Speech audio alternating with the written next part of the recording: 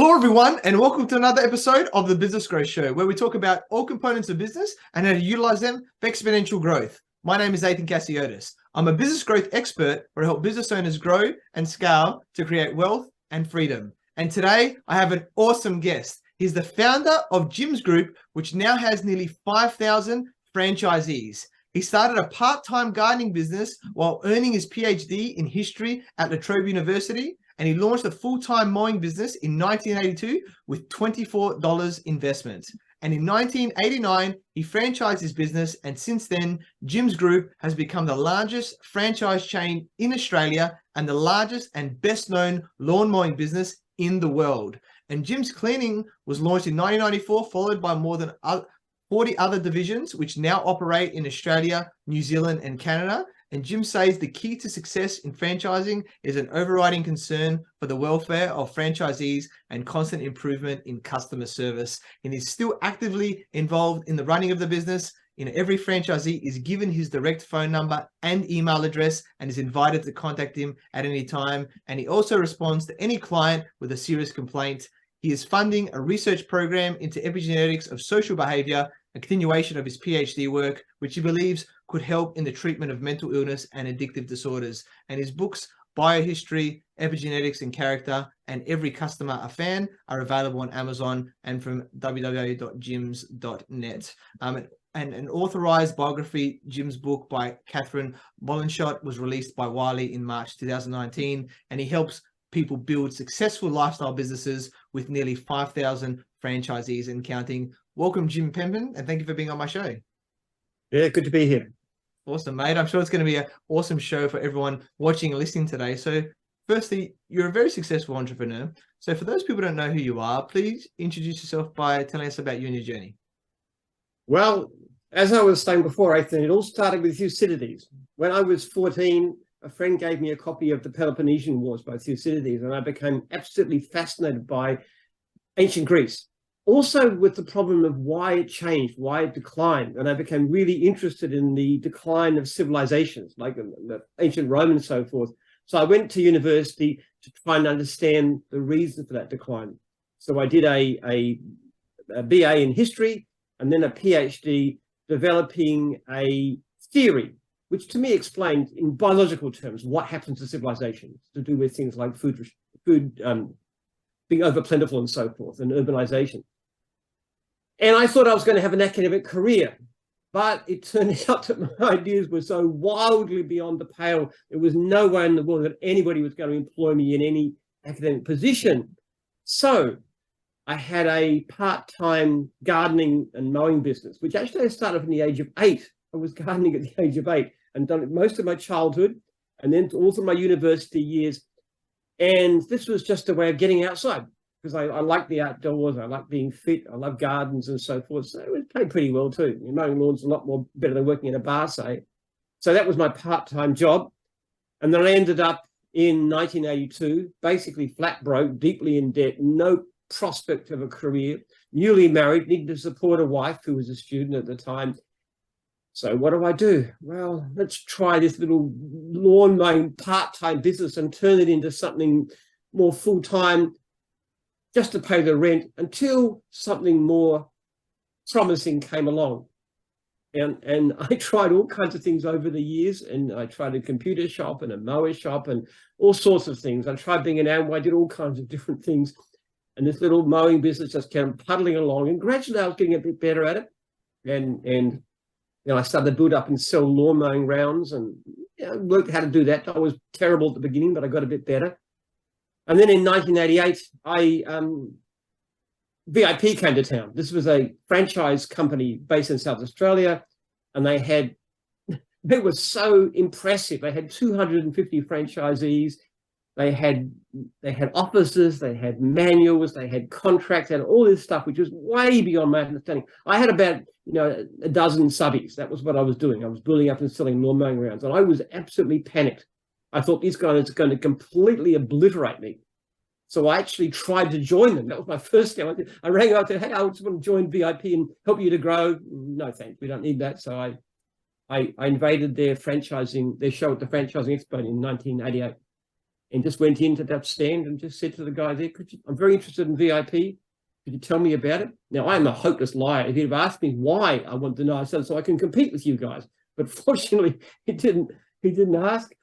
So this guy told me all this stuff about it, gave me this brochure and all this information. I thought, hey, there's some points to this. And then the state manager came and he knew who I was and he kicked me off the stand. But I went away and I thought about it and I thought, well, hang on a bit. There's good reasons for VIP working. I can see how the benefits, security in case of illness, those kinds of things could work, joint advertising. But I reckon I could do a system that would work better for franchisees. That was my key thought. And so I set out to devise a contract. I didn't like the VIP contract. I thought it was too one-sided. I want something that I want to sign if I was a franchisee. So I spent 9 months arguing with lawyers. Basically, they were all trying to get me to be more. They said, you're being too nice. You're giving too much away. And I said, no, I want something that I want to join, something that you have to be mad not to join. And then mid-1989, I had my contract ready.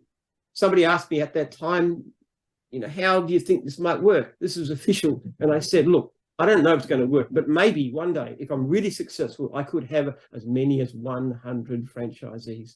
That's what I said at that time. And I started doing it. And it was just surprising. I had about 60 by the end of the first year. I was like, wow, this is amazing. But the big thing though, and this is what I tell everybody, there was one thing that I had. I was so much less than my competitor.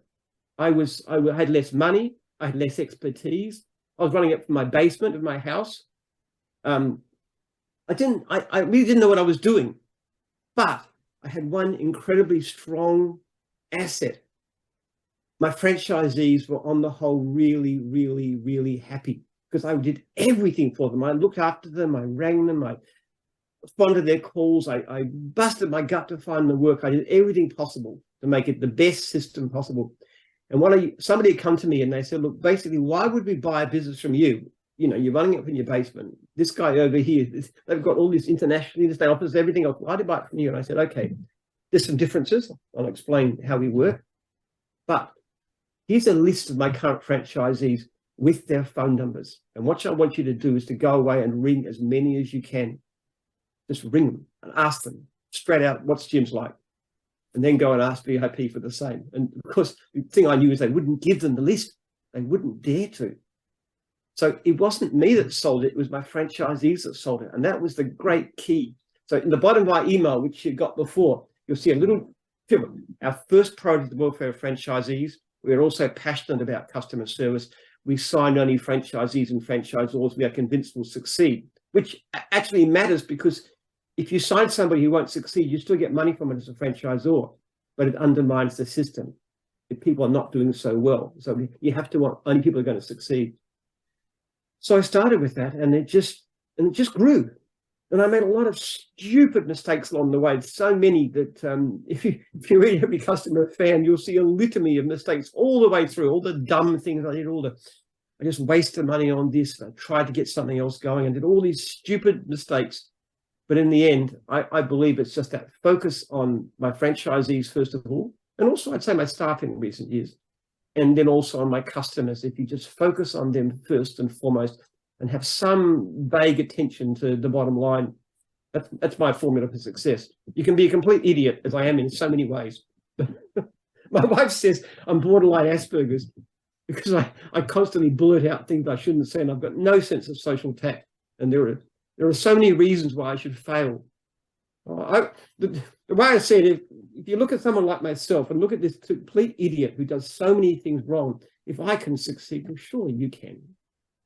Yeah, I love that. What a powerful story. Thank you for sharing that, Jim. And I love the part where you said, like, you wanted to create the agreement of something that you would want to do and join. I think that really sticks you out, right? Because everyone else has done it the same way, and you're like, no, I want to change the game. I want to make sure that this is something that I like to do, and putting yourself in the customer's shoes, you know, or the franchisee's shoes in this particular one. I think that's really, really powerful, and taking so long, you know, to get that agreement done. And that's, I'm sure that's been a very pivotal moment. And I love the numbers. It's like, exactly, back then, you know, there wasn't like video testimonials and things like that you could do from clients. It's like, here's the number, go speak to them, and yeah, you hear it from the horse's mouth, so to speak, as they say, and get it to there. And what a great way to build the business. So yeah, hats off to you. And it shows. I love the belief that if you can do it, anyone can do it, because I think that's definitely true as well. So let's say people have, I've had the last training, we had about 120 people doing it. We do it every 3 weeks, and they asked people to put up their hand if they knew somebody who's got a franchise. About a third of the room put up their hands. That's how it goes. Wow. Yeah, that's awesome. Very, very, very powerful. And I think that a question around the franchising, right? Because some people might have a location or two, right, about what they're doing, and they're like, actually, we've got something good here. You know, can we franchise this out and you know, get that economies of scale? So if someone's coming to you and thinking about, you know, franchising their business, what are some of the first things they need to think about doing to make sure that they're on a path for success? Well, the first thing is look at the hourly rate. Now we have a guideline in gyms which is $60 an hour. If you can't see a way that an average person can make at least $60 an hour, it's not worth doing. That's beginning, because unless you're making, you know, a typical franchisee in gyms turns over, based on surveys, just a bit under $3,000 a week, about $2,900 a week. So to make that, you've got to get your hourly rate up. You've got to be a we don't do anything except service franchises. We tried health clubs. It was a disaster. We don't understand that area. So we just look at divisions where people call us or book online to get a job done for us to come back to them. That's our basic business model. So we stick to the things that we know. We've learned from hard experience not to go into things we don't understand very well. We get somebody in who actually knows that industry. I had an interesting conversation last night. I rang up one of my guys who was 15-year veteran, which I tend to bring people on big anniversaries. And he was in the funeral business, or he had been before he started. His wife still is. So we spent a half an hour on the phone. I was quizzing about how the funeral industry works. You know, what's the principle of success? What do you do? How do you prepare the body? How does it all figure out? So that kind of guy, or maybe his wife, would have been a good person to launch a new division because they knew that business well. So they understand funerals. We understand franchising, service franchising. So you put those two together, it's very powerful. Because I don't know very much about things like test and tag. It's a great division, but the people who are involved in it understand that very well. But the principles of looking after customers and franchisees and the software and stuff is very, very similar. Yeah, I love that. Thanks for sharing that. Really, really powerful on what to think about initially. And I'd like to know some of the industries as well, right? Like you mentioned some of the service ones, but you obviously started in the mowing thing initially, which I remember from a kid as well, seeing gyms mowing everywhere, and then obviously growing from there. So do you want to maybe share some of the other industries that you're in, and sort of, how that grew over time? Well, again, it shows my remarkable lack of business foresight. When we first started thinking of going beyond mowing, the obvious answer was cleaning. But the idea was, this is the guy here, which is what I used to look like, me with a beard and a hat. This is a gardening image, if you think about it. It's not a cleaning image. It's a male traditional gardener. That's what I look like. I used to wear a hat because I, got fair skin and I get sunburned. So, and then I thought, okay, cleaning is a good idea, but nobody wants to go into cleaning with a mowing image on it. So let's start this business called Sunlight, S-U-N-L-I-T. We put these little sprays of, logo and stuff. And we sold a couple of franchises and couldn't find work for them. It just didn't work. So I gave it away. I gave them the money back, actually. I just said, look, it's not working. We can't work. And somebody then came to me and said, what about gyms cleaning? And I said, no, it's not going to work because gyms it's a gardening image. Anybody can see. What if it's a woman? I mean, who's going to want to wear this guy? And they said, no, we think it'll work. And I said, no, it won't. And they said, we're so sure it'll work that we'll give it a go. It's like in partnership with you. So I said, all right, give it a go. I don't think it'll work, but give it a go. And it worked because people they recognized the image. It didn't matter that it was a gardening image. It just stood for something else. So that was a surprise. And after that, we just started other divisions like dog wash and fencing and handyman and pest control and test and tag and window cleaning and carpet cleaning and you name it, trees, IT, bookkeeping, just lots of pool care, lots of things. They sat me down a while ago, asked me to tell all the divisions. I only got about 20 of them. It's really hard. But the point of it is, it's interesting. It's a bit like Virgin, if you think about it. I mean, Virgin is a record store, and yet it's now airlines and it's Colas and all kinds of things. It's a brand it's got a life of its own, which is really, really surprisingly powerful, and it just spreads. And every time somebody drives down the road with Jim's dog wash, they're actually promoting Jim's pest control and Jim's cleaning and everything else. The brand builds. It builds the quality of the brand, which is really quite surprising. But I never thought about it.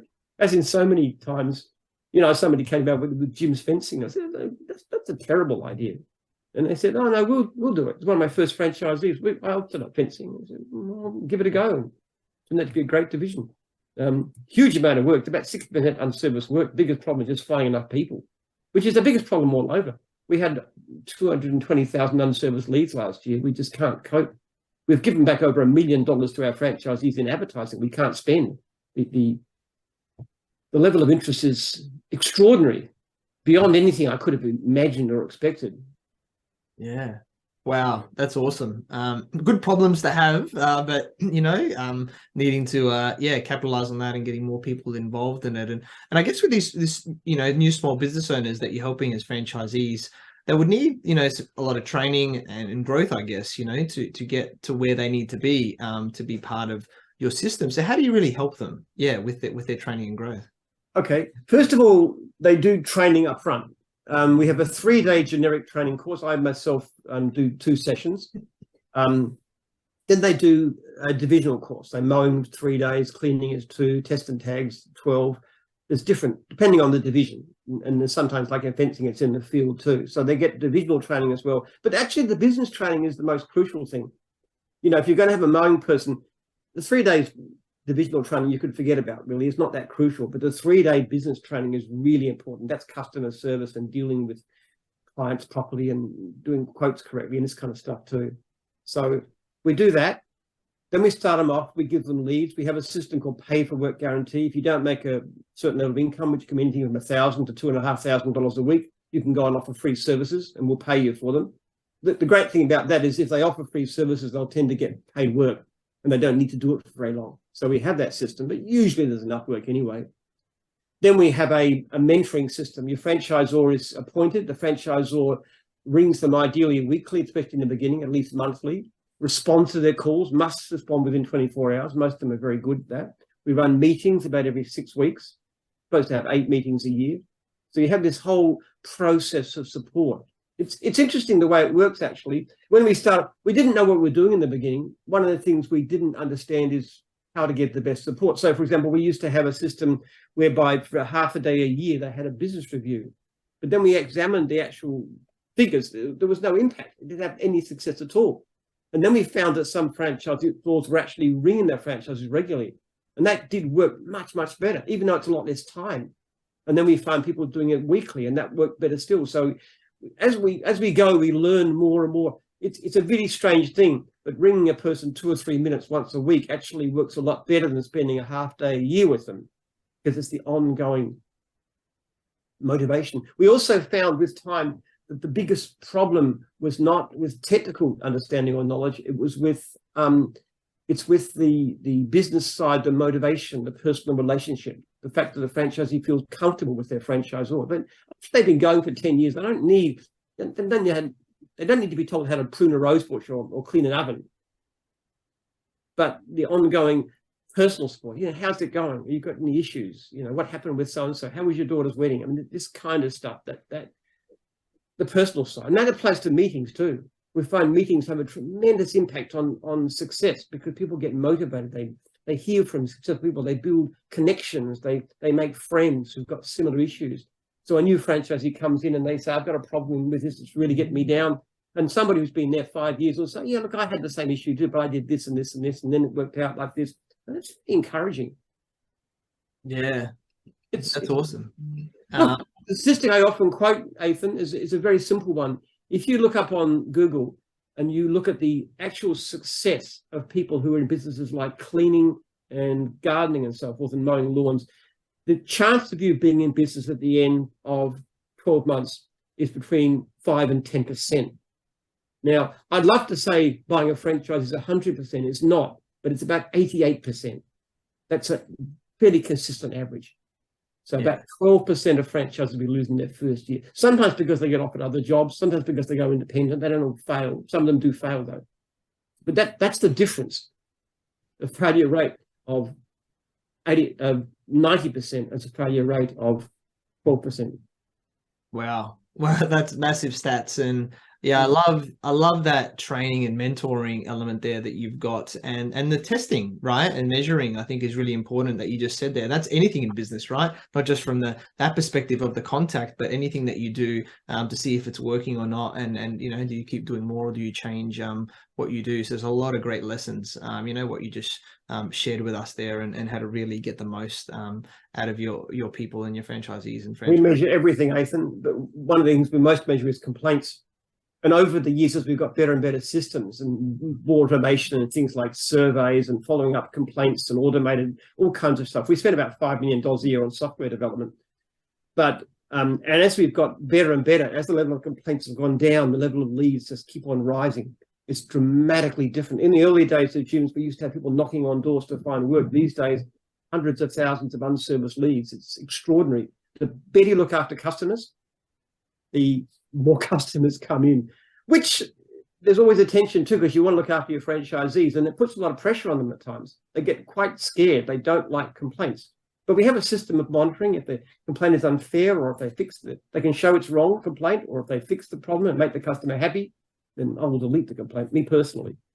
So you've got to push really, really hard. But we also know that franchisees who get the fewest complaints tend to get by far the most likely to have good income. Something over half of our franchises report good income. About 8% would report poor income based on the last franchisee survey, but it's not evenly distributed. If you're in the bottom, say, quarter of franchisees in terms of customer service, you're about 8 times more likely to report poor income as if you're in the top quarter. And those who leave in the first 12 months tend to have much, much lower customer service ratings than those who persist. So even though franchisees often don't like it, because we put a lot of pressure on them. And I warned them in the first survey. I talk about customer service in my first training section. I said, this is going to be tough. We're a lot tougher than anybody else in the industry. But we can also help you to make great income. But you've got to understand it's not going to be easy. We're going to put a lot of pressure on you. If you get a complaint, you're not going to like it. And we're going to do everything we can to help you to get by it. But we're all about great service, great price, not cheap as chips. You've got to amaze your customers. You've got to wow your customers. At the same time, you can charge them very well if you do that. Yeah, I love that. So much gold there with all of that, and about the complaints and the software. It shows how powerful systems can be once you invest in them, you know, over time, which is really powerful. So thank you for sharing all that. So much business gold in that area there. And let's switch it up a little bit now, because I know you got a lot of other passions and focus areas of what you enjoy as well, and especially health and fitness. I know you know is a big one for you, and it's important, right, for our energy as well, in business as well as in life. So firstly, like, what practices do you include in your health and fitness? Well, I do at least half an hour running a day, or some very vigorous exercise, mostly on a treadmill. I also do weightlifting. I do a lot of walking. I walk, even apart from that, probably at least another 5,000 paces a day. I have a farm that I go and physically work on. I was digging potatoes the weekend, got a bit scared up by all the snakes potato patch, but it's great fun. So very, very much into personal fitness. I control my diet. I do 16/8 fasting. So I don't eat usually before 1 o'clock in the afternoon. Because it's better for your body that way. It gives your cells time to regenerate and that sort of thing. So those are basic. Also, obviously, try and eat healthy. But I mean, I love chocolate, especially Nutella, so it's not easy. I love it. That's awesome. Yeah, really, really powerful stuff there. I can definitely yeah, link to a few of those things there. Like I do the fasting as well, the 16/8. I don't eat Oh, really? Good. You're good. That's good. It works well, doesn't it? it does work well. And like the first few days for everybody's like, what do you mean I can't eat breakfast? Well, after if like your body will, will want to probably eat in the first few days, but after you sort of get over that, then you're like, oh, I'm actually really clear. Like I find you're more focused. You've almost, yeah, being able to focus more. Whereas when you have that lunch, and you probably have somewhat of a lighter lunch, I'm assuming as well, because if you eat too much, you can sort of feel the difference, right, compared to later. Yeah, you don't want to overburden your stomach. Look, I still enjoy food too much at times, but all the time I have a body mass index of 22, and I work to stay with that. Some of them might go a kilo over, but that's where I aim to be, and I want to stay there. The other thing that's very important too, Athin, it's not just your body; it's also your mind. You've got to be mentally active. Now, I love reading and I love talking books, so I'll probably read or listen to a couple of books a week, and all kinds of subjects. It could be biography or history. A lot of it's about health and diet. Also love about psychology, economics, all kinds of things. Business, a lot of business books. Books like Atomic Habits or From Strength to Strength, 7 Habits of Highly Effective People, those kinds of books, or books about the internet and the way it works.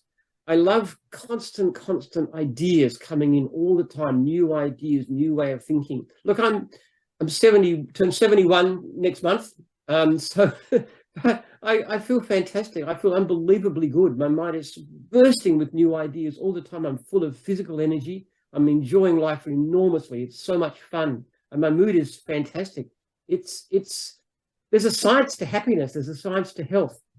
And there's a wonderful study. I don't know if you heard about it. It's an 8-decade study started with Harvard students in the 1930s. Just finished reading a book about that. And they looked at the factors that help people to be happy and healthy in old age. And it's fairly clear what they are. Exercise, very much so.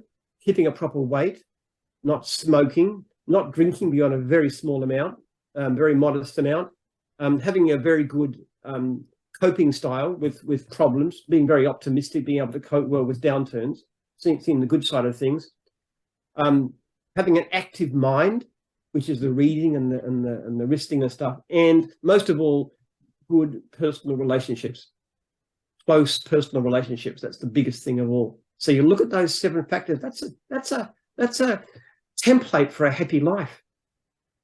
And there's other principles too. One of the greatest sayings I've ever come across. I only come across it just a couple of weeks back. It's social comparison is the thief of joy. If you compare yourself with other people in any way, you're making yourself miserable. And that applies in different areas. It applies to things like Facebook, which I don't do much in Facebook. It's done for me. But I don't like social media because it's a comparison thing. It's also to do with what you spend your money on. Like until recently, I had my car was $10,000 value. And I'm fairly well off, as you can probably imagine.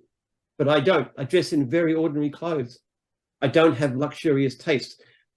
I hate the idea of comparing myself with anybody else. And there's people that are richer than me, so what? That's not my business. I'm here to do the work that God sent me to do, to use my talents in the best way that I can. That's what matters to me, not how I compare with anybody else. Now, but those principles, that principle of avoiding social comparison, just doing what you believe is important and using your money in a way that's meaningful, like my research project, that is also a path to joy. Yeah, I love that. So much gold there. And, remind me of a couple of things. I interviewed George Ross, who was Donald Trump's right-hand man for over 50 years, right, before he was president, and did all his deals. And he's 95 now, and he's still switched on, like so many ideas, advises people. So, it shows you do all these things, like you're mentioning that you're currently doing. You can go to 100 plus, right? It's a different world these days. And I love the I call it like mind feeding element, right? Of, the books and things like that. And I find, depending on your learning style, like I have a lot of physical books, but I actually like audio books now because Yes. I can do it sort of in my morning routine or on the go, if I'm driving somewhere, and then still can, feed the mind in different ways. It's double use, isn't it? You're actually running or exercising and you're listening at the same time. You're exercising mind and body at the same time. It's a surprising amount of time in the week that can be taken up. In driving, I drive my son to school and pick him up most days. And that's a great time. I spend like 20, 25 minutes talking with my son. He's a great conversationalist. He's 13 years old, but he's wonderful to talk to. But then when I'm driving back or the other way, I'm listening. So it's not wasted. Yeah, I love that. It's using that time that we have, right, to connect with the relationships, like you mentioned in that other point, or like to, to feed your mind in different areas. For me, a big one is I like to walk down to the park and go for a walk, and I don't care what other people think of me. I'm like, in my shirt and whatever it is, but I have some shorts and normally thongs on, and I take my thongs off, and I walk on the grass barefoot. And there's probably potentially people there that go, "What is this guy doing?" But I literally don't care, because I know that I'm going to rejuvenate myself, because I've, got a lot of things going on. I need to just reset my mind and ground, with my bare feet, and just do a bit of breathing, to just regulate myself. And even just a few minutes of that, obviously there's a bit more of a walk and stuff, but that is really powerful for me. We have a lot in common, Athin. Actually, on my farm, I tend to go bare feet. I don't wear any more clothes than I need to. Even in the cold weather, it's just being in contact with nature is great. That's another thing too, is contact with nature is great. It's good for your mood, even apart from the exercise. If you're in a mood in a natural environment, it's well known. That's why I look at professions actually, and two of the happiest professions are gardeners and florists, because you're in touch with the natural world. And one of the least happy is a legal profession, lawyers. It's not, doesn't fit with the status thing much either. But the science, happiness and health is a science. It's clear what you need to do. That's right. It's being able to tap into it. I love that. Really powerful. And yeah, love all this stuff. Let's delve a little bit more in the mindset stuff, because I'm big on mindset. Like, I'm an NLP master practitioner. I love mindset in general, because I think... What did you say? You're a master practitioner of what? NLP, neuro-linguistic programming. Have you heard of NLP before? I've heard of it. I'm not sure exactly what it is. Yeah, it's just basically, it's a bit of a framework of how we work as humans. It's like I know a big in various NLP trainers, but it's almost like an encyclopedia or a framework of the mind, right? It's really understanding how we work as humans, and then how then we can improve ourselves, because maybe there's some deep emotions or some beliefs that are holding us back, right? To then be able to change what they are so we can move forward. And, I find with my clients, I can teach, you probably see this with your franchisees, with your trainees, you can teach the same thing to 10 different people, but you get 10 different results. And a lot of the time it's because of their mindset, and it might be just one thing or a few things you need to unlock to then get them to move forward. So I'd love to know, yeah, that mindset side of things when you're dealing with the people in your business, whether it's your team or the franchisees, about, is there some element there of, what they have to believe, that this is possible for them, or whatever it is like that? Look, what we try and teach is a growth mindset. And that's hugely important in life to success, is whether you see yourself as having fixed abilities, or whether you see that you can remake yourself. And that has a massive impact on what you do. So we find that the best franchisees in general are people who are relatively humble and always looking at ways to change, to improve. How can I do this better? That's something I do all the time, every day of my life, every day. And I'm in Christmas Day, Easter Day, every day. I ask myself the question, how can we do this better? How can I improve? How can I relate to people better? What ideas, what systems, what processes, what can I do? Always looking at that. The people who tend to fail are the ones that say, what I do is good. And to change that, to change that is like an attack on my self-worth. So if something goes wrong with the customer, it's the customer's fault, or it's the system's fault, or it's my franchisor's fault, or it's Jim's fault, and they don't change. So somebody can be a lot less capable, but they have that growth mindset. How can I change? How can I be better? How they can be so much more powerful, so much more successful. I think humility is a virtue that's not talked about much in business terms, but I really believe in the value of that. The ability of somebody to actually say, accept that I've made a mistake and I need to change, to listen to criticism, to listen to advice. Now, I don't always agree with anybody who criticizes me, but I have to listen and I have to take it. And sometimes they're right. In fact, a lot of the time they're right. And then I have to understand, okay, I made a mistake. I didn't do this quite so well. You can't have your ego and identity bound up with the idea that I can't be wrong. Yeah, I love that. So powerful. And you're right. There's a lot of egos out there. And yeah, I think it's having that student mind, the way I like to think of it as well, where it's not like I know everything, because then you're going to shut yourself off. It's like this feedback, whether it's positive or negative or what someone's telling me, there's room for it, right? To have that curiosity, that student mind, and then go, okay, maybe there is a different way of doing this, and doing that. If you can't come up with it yourself, then maybe it's from others that they can put you on a better path. And yeah, I'd love to know, you mentioned there about like, how can I do this better? I love that mindset of yours and how you improve. And, we talked obviously before, you had a lot of time over this Easter weekend that we're recording this to think about stuff, but it's every day that you can do this, which I love. At the same time, is there any sort of specific thing that you do? Because some people might be like, oh, I'm so busy, or, whatever like that. I don't have the time to, spend time on that, ironically, on doing the stuff that improves myself. So is there any sort of practices or time of the day or something that you do to make sure that, you invest X amount of time or whatever it is on thinking of these things, and then I guess, putting it into action after? Well, the thing is, Athin, I have one extraordinary advantage over most people in business, that I am absolutely, totally incompetent at almost everything. I mean, whether you come to figures, or whether you come to dealing with people, or whether you come to management, or you name it, IT, anything, there are people out there who are much, much better than me. So there's very, very little that I do that somebody else can't do better. So basically, I let them. And I focus on the very few things that I do well. One of them is communication. I'm very good at conveying the ideas of what we believe in. And my ways of thinking about things as services is very widespread through Jim's group. Very, very widespread. That's the thing I'm probably most proud of, even more than numbers of franchisees. But most people in Jim, especially franchisors, have that servant mentality, that franchisees really matter. We really care about franchisees. That's the crucial thing. And the other thing I'm good at is ideas. I'm always coming up with new and different ideas. I've just got a blizzard of ideas coming out of my mind. I'm reading, I'm thinking, I'm listening to, I'm talking to people like yourself. I'm just always learning and coming up with ideas. And I say, why don't we do this? Why don't we do that? Why don't we do that? And sometimes these ideas, often they're pretty crappy, and sometimes they're actually quite good. So there's the only two things I'm really particularly good at. So having said that, I've got plenty of time. I'm not actually all that busy. But one of the things I do that I'm very open to outside influence. So if somebody emails me, I actually clear my inbox several times a day. I just go through, and there's a lot of garbage, but there's also some really good stuff. So if a franchisee needs help, I'm on them really fast. And sometimes it matters a lot. And not only does it matter to them, but I can pick up problems with the business. That, why is this happening? And we change contracts, and we change systems, and we put new things through, and we change software, we do things, because I'm always finding out issues. And then people come to me with ideas or ventures. There was somebody yesterday just contacted me who was interested in, he wanted to get one of my biohistory books. And so I had a bit of a back and forth.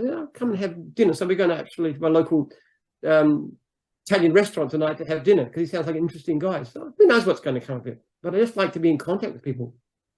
Yeah, I love that. Really powerful. Thanks for sharing the way that you do things. And let's talk about history, because you touched on it earlier. Of at a young age, Greek history. I know before this as well, we had a quick chat, because I'm Greek background as well myself. So I'm very big with my mum being a Greek teacher on learning about Greek history and even mythology and things like that. So share a little bit about how, what you enjoy about it. How has that, shaped you, your curiosity around how you look at life now? Look, as I said, Athin, it started with me trying to understand the reasons for a decline. How can a civilization, how can a culture as brilliant as that of 5th, early 4th century Athens descend into such feebleness? They were such an amazing people, very, very brutal at times, but they were extraordinary people.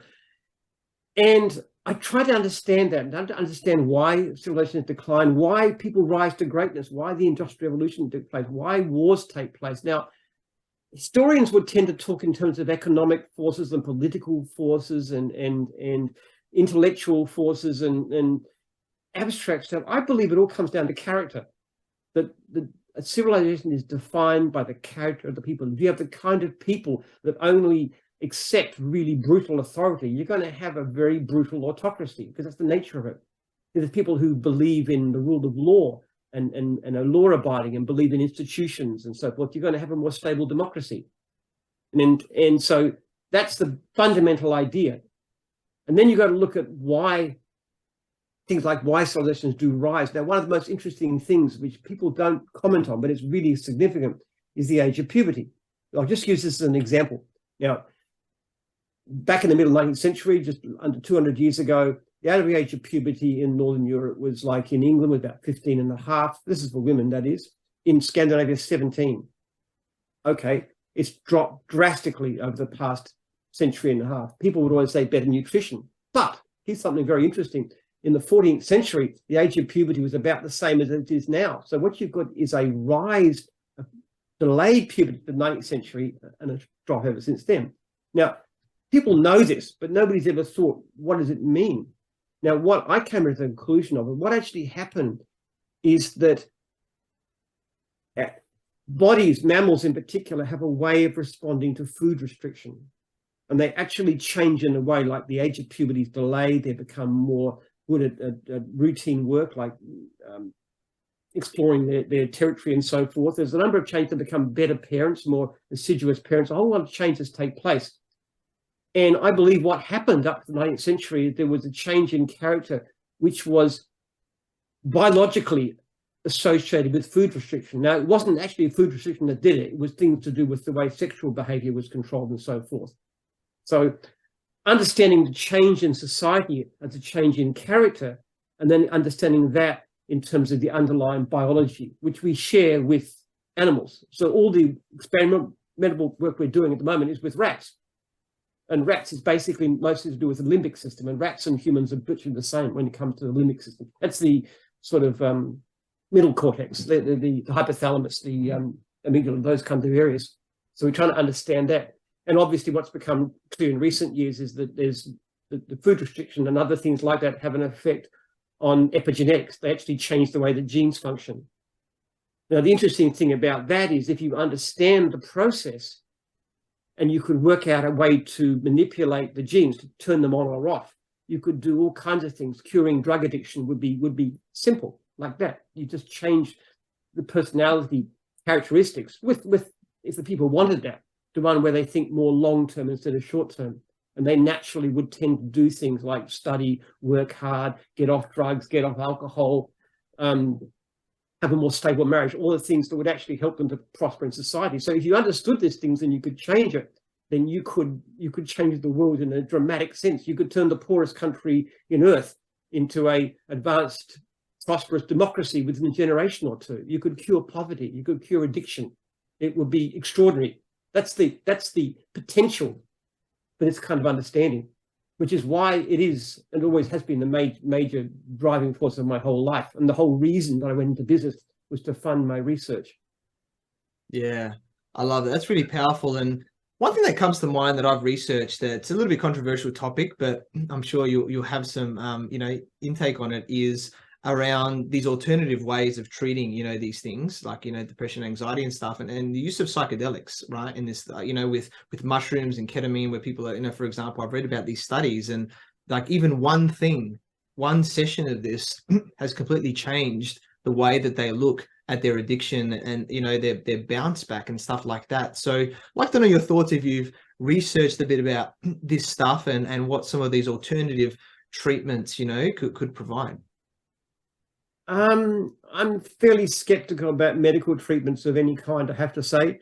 Recent study found that only about 15% of people taking antidepressants are getting any real effect as opposed to placebo. I don't think most treatments actually work particularly much better than simply having a kind, listening, friendly ear, because we do know that social contact is a huge force behind happiness, improving mood. So I'm fairly skeptical about that. Look, what I believe in is the body, the brain works on a sort of homeostasis basis. Now, what happens, for example, when you have a drink of alcohol or you take a heroin or something like that, what happens is that it gives a surge of dopamine to the brain. Now, the brain likes to balance itself. So what it says, all this extra dopamine is coming in. We don't want to be permanently happy because it doesn't work for survival. So what we're going to do is like depress the basic level of dopamine in the brain. So in other words, it dampens down the receptors. So what that actually happens is that you surge the dopamine in the brain. The brain gets it down. to try and balance it out. So what you then need is you need dopamine to keep on coming in just to balance this, and you feel worse and worse and worse. And all dopamine kind of factors work the same way, whether it's alcohol or whether it's drugs or psychedelics or anything. It's all dopamine, even tea and coffee to a very mild extent. Certainly food, sweet drinks, all those things are actually dopamine surges. Sex, but the sex has great bonding things. That's the other side to it. But sort of random sex is a dopamine boost. So by having dopamine surges all the time, you actually depress your basic function so that you're less happy. Now, the key to this is, first of all, to get off these dopamine surges, but then you do things which actually has the opposite effect. Now, a good example is vigorous exercise, cold exposure, cold showers, and so forth, fasting. These kinds of traditional practices, which have been trialed through civilizations for centuries, not just in the West, but also in the East and so forth, they have the opposite effect because they actually, in a sense, depress your dopamine. Your body functions by raising the overall level. So the long-term result of drug addiction, alcohol, is to depress your overall mood. If you do the opposite, use these dopamine depressing kind of things, so-called, then you raise your mood and you create happiness and stability and good mental health. Now, that's not all of it, but there's a wonderful book called the Dopamine Nation, which I've just finished reading, which explains all this kind of stuff too. It's also to do with homeostasis and the way the brain works. It's not what people think. Yeah, that's powerful. I love that stuff there that you just said. That's a lot of gold. And yeah, hacking the body. It's like biohacking, basically, right? Understanding what it is, and then how can we do that? And we already talked a lot about the fasting and the exercising today. But I do cold showers. I at the end of my shower, I do it very good for the parasympathetic nervous system. Yes, exactly. It's well known too. You look at something like Scouting for Boys by Baden-Powell, which I used to love when I was a kid too. It talks about all these things. It's not new. It's been around for a long time. It's just people have this feeling, all I have to do is to have lots of food and comfort and stuff, and I'll be happy. No, the level of anxiety keeps on rising. You've got to actually break from all that. You've got to look at the long-term benefits and things like exercise. It's the best known mood lifter there is. But also your cold showers, your fasting, all those kind of things too. It seems like people would think it makes you more miserable, but it doesn't. It creates happiness. One of the things that I've kind of gradually come to realize in recent years is I'm such a happy man. I really am. Now, a lot of it, I've got a wonderful wife. I really adore my wife, 22 years married, and she's amazing. We fight all the time. We talk Blarneys all the time, but I absolutely adore her. And she loves me too most of the time. But apart from that, most of it's just science. It's looking at happiness it's a happiness, health. It's a system, and you can achieve it. I don't believe in medicating these things. I really don't. Now, maybe there's a role if somebody's in a severe psychotic breakdown for having something like lithium. I don't know, but in general, it's not the way to happiness or health. Yeah, I love that. Really powerful, and congrats for long-term marriage. I'm only a year in, but I'm good times. I've got a side story. I won't go into it now, but basically I went to a group meditation event and asked for my perfect woman. I was single for 10 years and literally manifested her instantly on the spot at that event. Oh, really? At that event?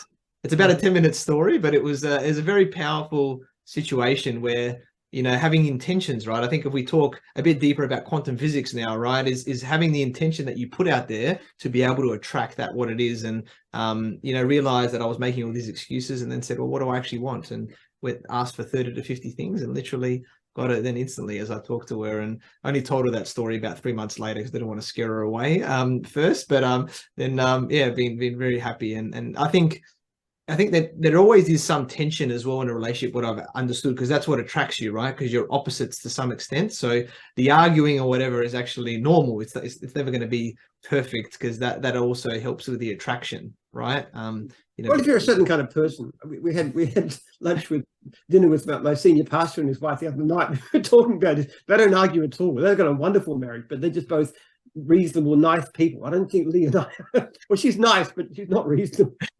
Nor am I. That's it. Love each other. It's like a key to a lock. We're just very unusual people, and we just happen to click very well. Look, to give you an idea, I was divorced 3 times, so I'm a lousy person at being married. But I've just hit the jackpot. Nice. Well, yeah, we all learn lessons, I think, through life, right? And working out better. And I learned it through all my friends. I was single for 10 years, and I was like, and I analyzed all my friends and family members, and I looked at what are all the things that I don't want. That was the key thing, because I could see all the issues. I'm like, okay, it was like I was building up this, bank of stuff of what I didn't want. And I said, well, what's the opposite of that? What do I actually want? And crafting that, being intentional from the start of the relationship. A lot of people go into things, they don't really think about the long term, right? They just sort of fall into stuff, and then they haven't really been intentional. It's like a business.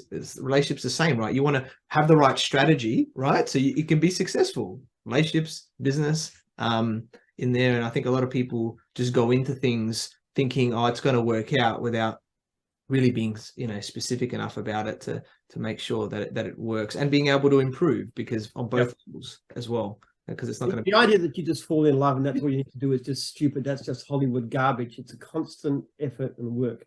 And look, even in the last month, I've learned a huge amount about how to relate to my wife better.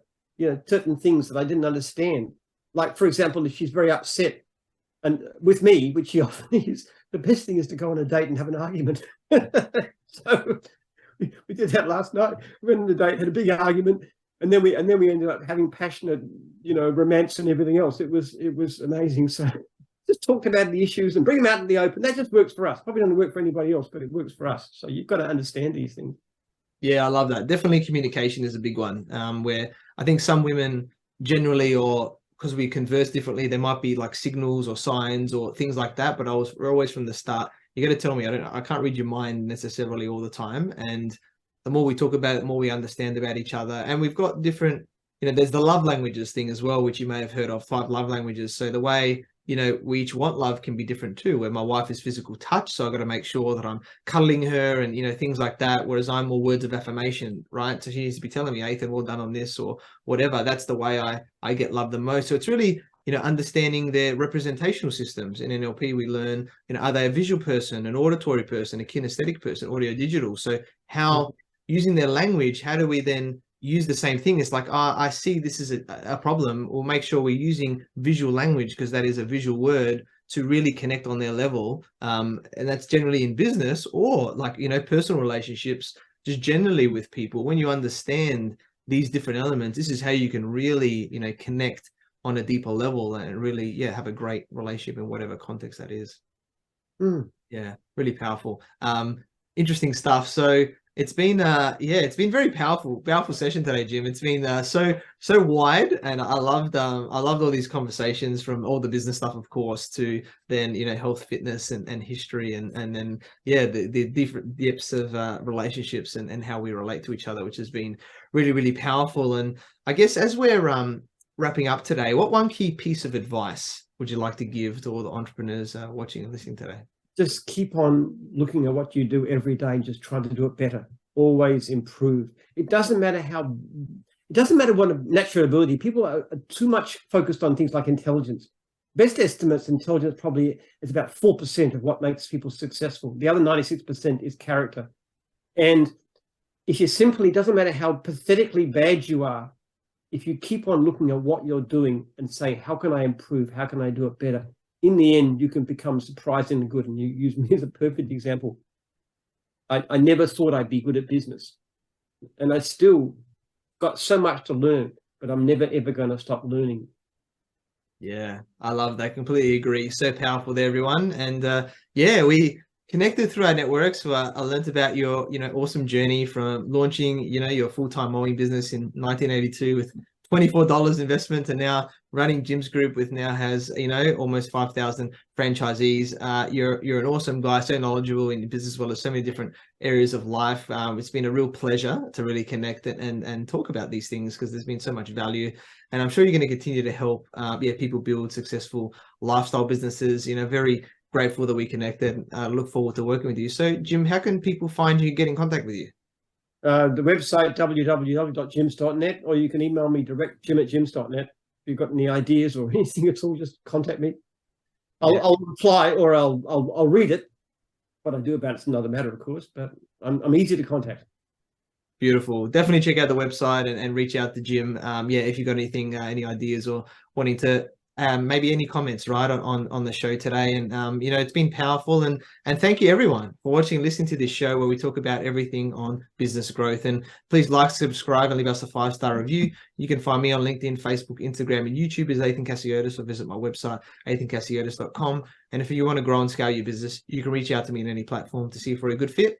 And I completely agree with you, or do I? The only way we know is if you tune in next time. So until next time, remember that our business grows when we learn skills and take action using them in spite of fear. So remember to design your growth and results.